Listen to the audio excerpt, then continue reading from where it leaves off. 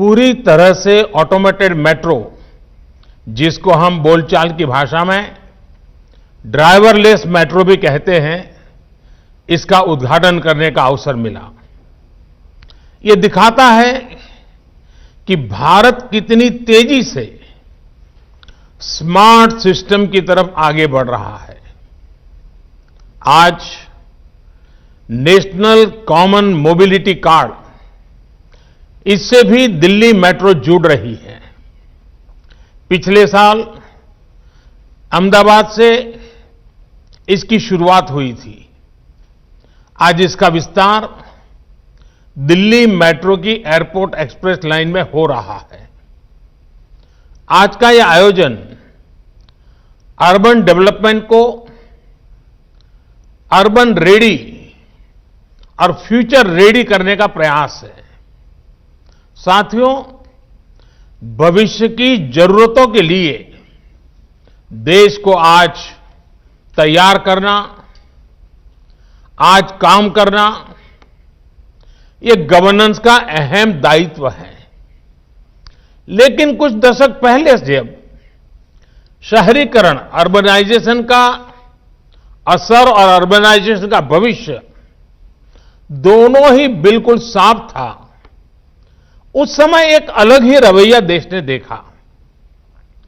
भविष्य की जरूरतों को लेकर उतना ध्यान नहीं था, आधे अधूरे मन से काम होता था, भ्रम की स्थिति बनी रहती थी। उस समय तेजी से शहरीकरण हो रहा है, लेकिन इसके आफ्टर इफेक्ट से निपटने के लिए हमारे शहरों को उतनी तेजी से तैयार नहीं किया गया। परिणाम यह हुआ कि देश के बहुत से हिस्सों में शहरी इंफ्रास्ट्रक्चर की मांग और पूर्ति में बहुत ज्यादा अंतर आ गया।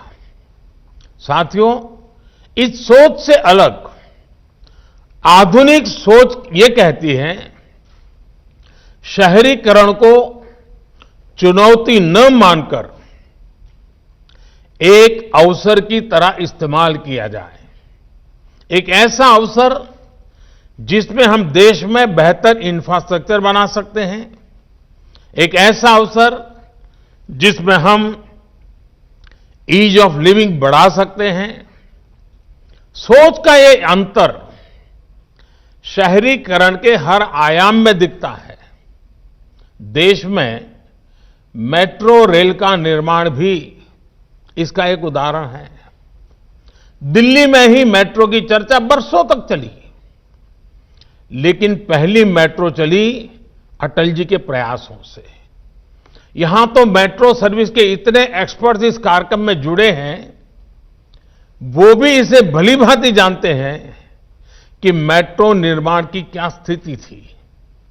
साथियों, साल 2014 में जब हमारी सरकार बनी, उस समय सिर्फ 5 शहरों में मेट्रो रेल थी। आज 18 शहरों में मेट्रो रेल की सेवा है। वर्ष 2025 तक हम इसे 25 से ज्यादा शहरों तक विस्तार देने वाले हैं। साल 2014 में देश में सिर्फ 248 kilometre 248 kilometre metro line operation थी। आज ये करीब 3 गुनी यानी 700 किलोमीटर से ज्यादा है। वर्ष 2025 तक हम इसका विस्तार 1700 किलोमीटर 1700 किलोमीटर तक करने का प्रयास कर रहे हैं। साल 2014 में मेट्रो पर सवारी करने वालों की संख्या 17 लाख प्रतिदिन थी। अब यह संख्या 5 गुना बढ़ गई है। अब 85 लाख लोग हर दिन मेट्रो से सवारी करते हैं। याद रखिए, ये सिर्फ आंकड़े नहीं हैं, ये करोड़ों भारतीयों के जीवन में आ रही ईज ऑफ लिविंग के प्रमाण है। ये सिर्फ ईंट, पत्थर, कंक्रीट और लोहे से बने इंफ्रास्ट्रक्चर नहीं, बल्कि ये देश के नागरिकों, देश के मिडिल क्लास की आकांक्षा पूरा होने के साक्ष्य हैं। साथियों, आखिर ये परिवर्तन, ये बदलाव आया कैसे? ब्यूरोक्रेसी वही है, लोग वही हैं, फिर कैसे इतना तेज काम हुआ? इसकी वजह यही रही कि हमने शहरीकरण को चुनौती नहीं बल्कि अवसर के रूप में देखा। हमारे देश में पहले कभी मेट्रो को लेकर कोई नीति ही नहीं थी। कोई नेता कहीं वायदा कराता था, कोई सरकार किसी को संतुष्ट करने के लिए मेट्रो का ऐलान कर देती थी। हमारी सरकार ने इस एडहोकिज्म से बाहर आकर के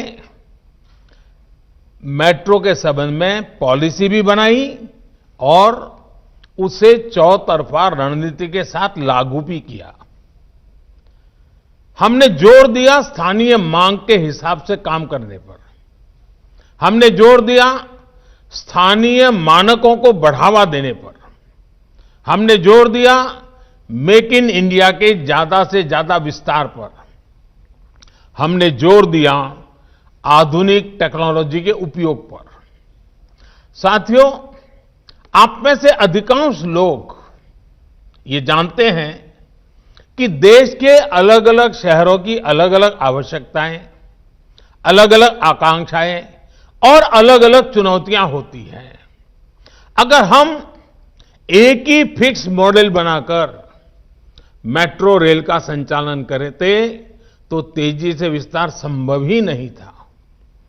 हमने ध्यान दिया कि मेट्रो का विस्तार, ट्रांसपोर्ट के आधुनिक तौर तरीकों का इस्तेमाल शहर के लोगों की जरूरतों और वहां की प्रोफेशनल लाइफस्टाइल के हिसाब से ही होना चाहिए।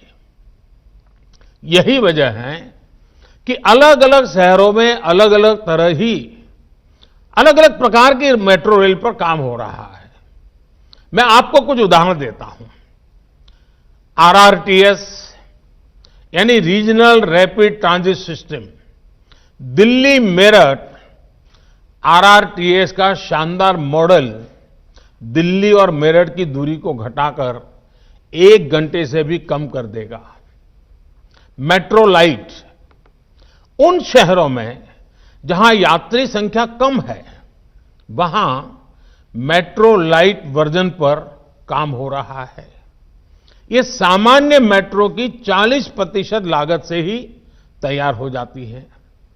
मेट्रो नियो, जिन शहरों में सवारियां और भी कम हैं, वहां पर मेट्रो नियो पर काम हो रहा है।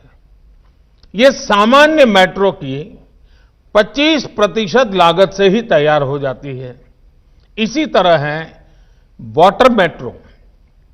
ये भी आउट ऑफ द बॉक्स सोच का उदाहरण है।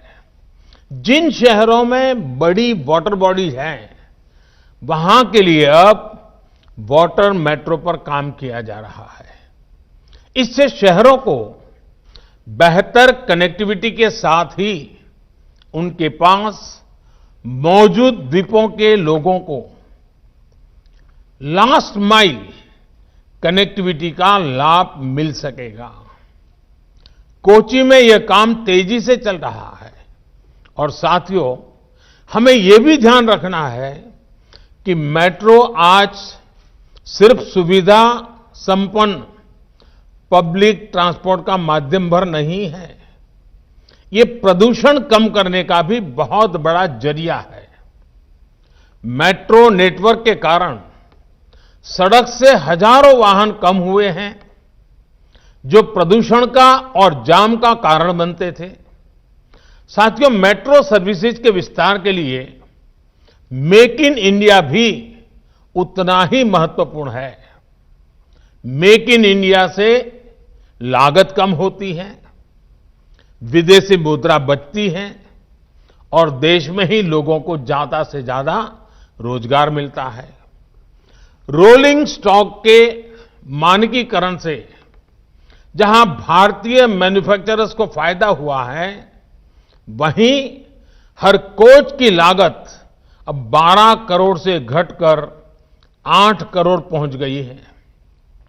साथियों, आज 4 बड़ी कंपनियां देश में ही मेट्रो कोच का निर्माण कर रही हैं। दर्जनों कंपनियां मेट्रो कंपोनेंट्स के निर्माण में जुटी हैं। इससे मेक इन इंडिया के साथ ही आत्मनिर्भर भारत के अभियान को मदद मिल रही है। साथियों, आधुनिक से आधुनिक तकनीक का इस्तेमाल ये समय की मांग है। अभी मुझे बिना ड्राइवर के चलने वाली मेट्रो रेल का उद्घाटन करने का अवसर मिला है। आज इस उपलब्धि के साथ ही हमारा देश दुनिया के उन चुनिंदा देशों में शामिल हो गया है जहां इस तरह की सुविधा है। हम ऐसे ब्रेकिंग सिस्टम के भी प्रयोग कर रहे हैं जिनमें ब्रेक लगाने पर 50% ऊर्जा वापस ग्रिड में